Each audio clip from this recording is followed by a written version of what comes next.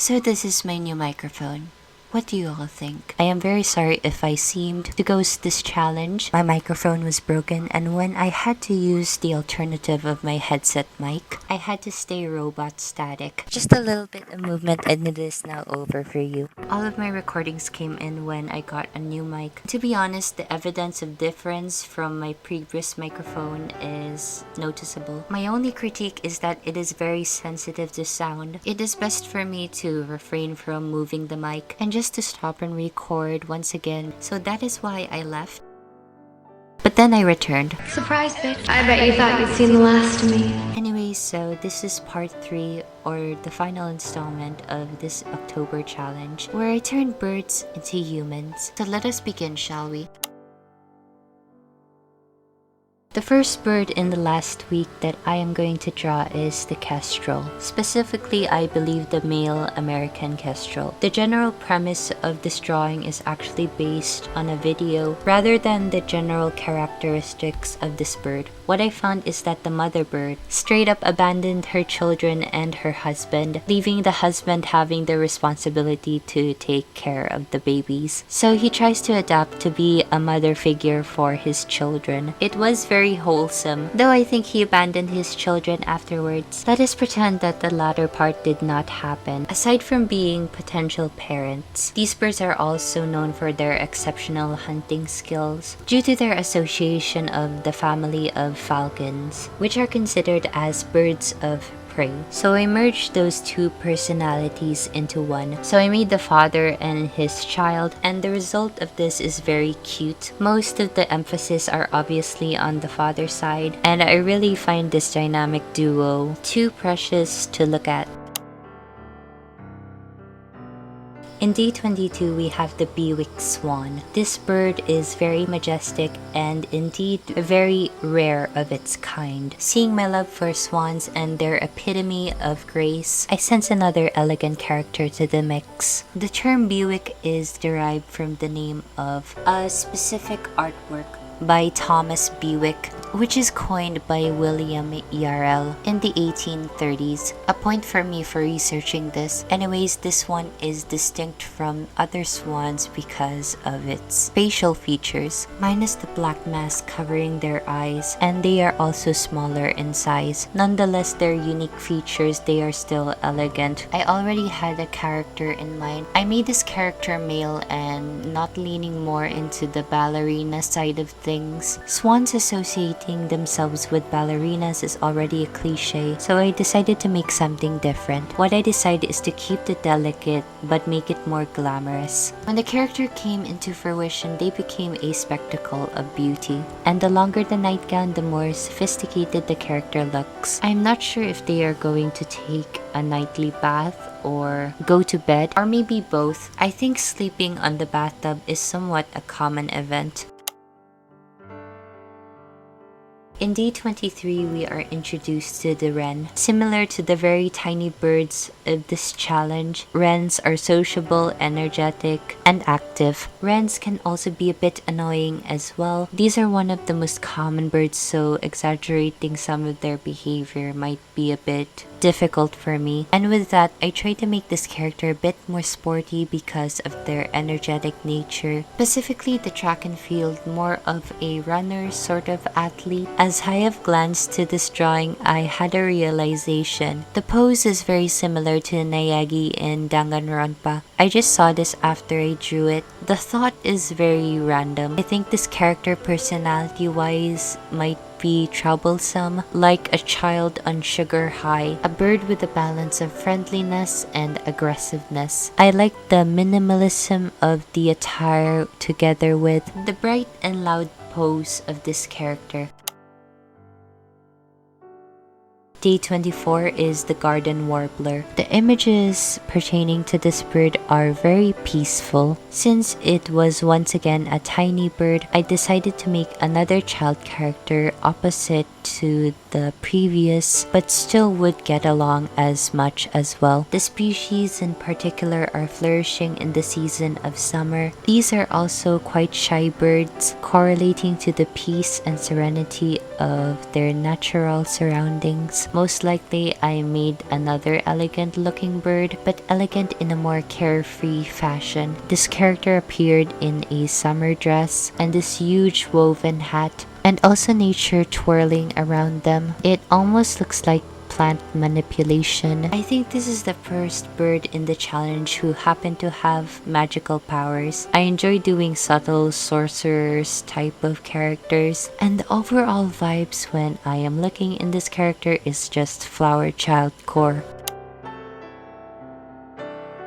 Day 25 introduces the osprey. This bird is inclined also in the species of falcon. The overall aura of this bird is just screaming masculine energy. Aside from being birds of prey, ospreys are skilled with their hunting skills, especially for their main course, which is fish. I'm not going to go too direct like the puffin, where I just gave this character a fish belt for some reason. Maybe I also made this character a bit more sporty, but mostly follows the bodybuilder routine rather than the runner. His pose is definitely questionable. In my mind, he is flexing, but his face is very confused on what he is currently doing. A little more awkward in the scale of things. Another Chad with the sportswear. I also maybe gave him some body hair as well as a last minute choice. He is quite definitely the most interesting birds of the bunch, and so the flock continues.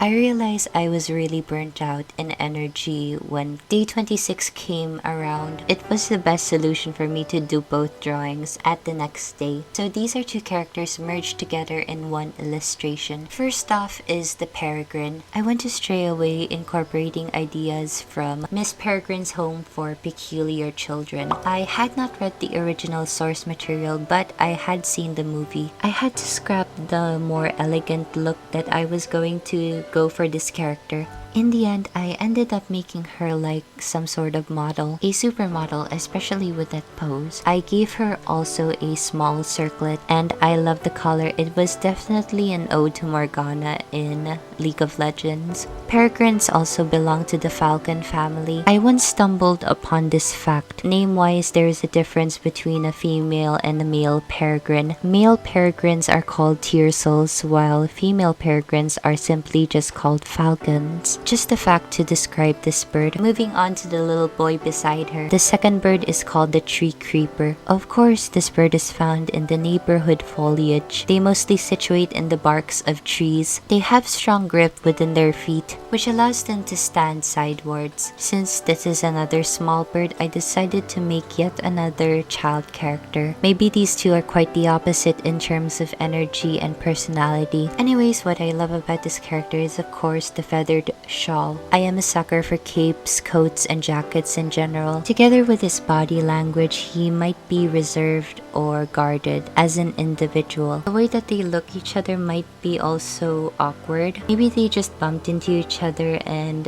they need time to warm up. There is so much curiosity between these two, and I would like to find out what everyone's different interpretation within this artwork.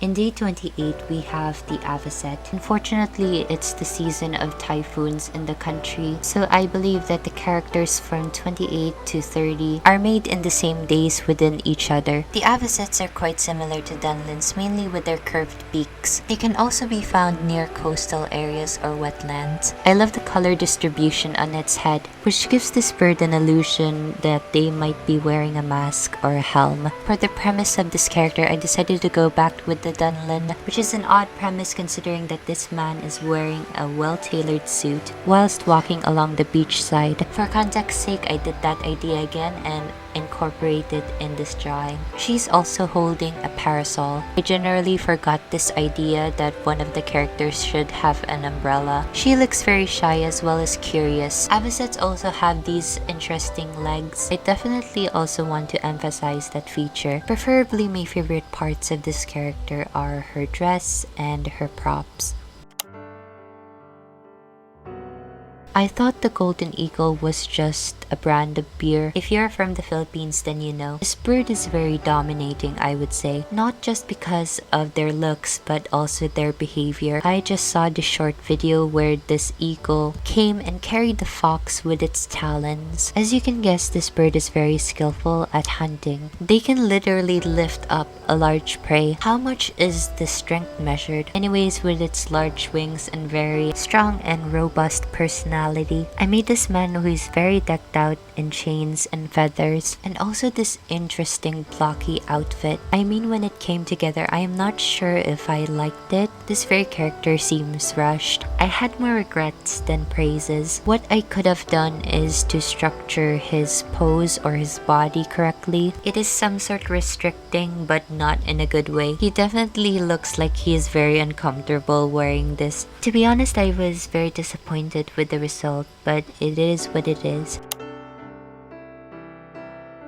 Finally, as Lana Del Rey said, we are on to the last avian of the house, and that is the ring-necked parakeet. Of course, the most notable part of this bird is its head, particularly for what it seems a squeezed neck. They might be in a chokehold. Sources vary of this bird's behavior. Like a true ambivert, this bird is either social or shy, considering they can be tamed or domesticated. With while similar to parrots, I incorporated the more outgoing and talkative aspect within his pose. Parakeets have that sort of plump-shaped bodies. I indicated a more balloon-like structure in his clothing. Of course, for the important, which is the black ring on the neck, I just translated that in design in terms of a mini scarf, and also some headphones which are cozy and chilling. Although I see this as a completely simple design, this character seems quite friendly or warm to be around, which I adored as a soft end in this challenge.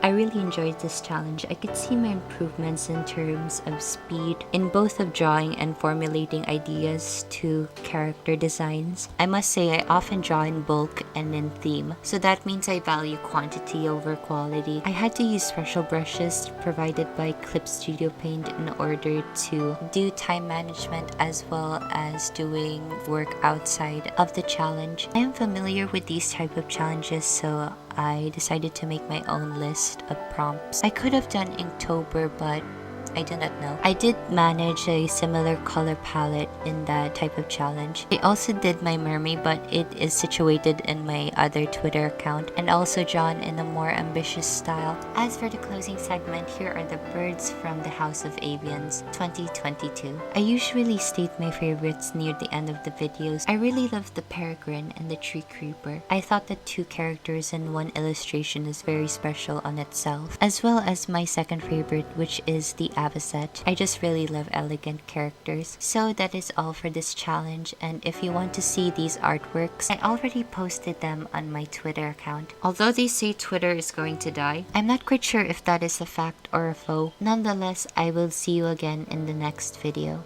and also have a nice day.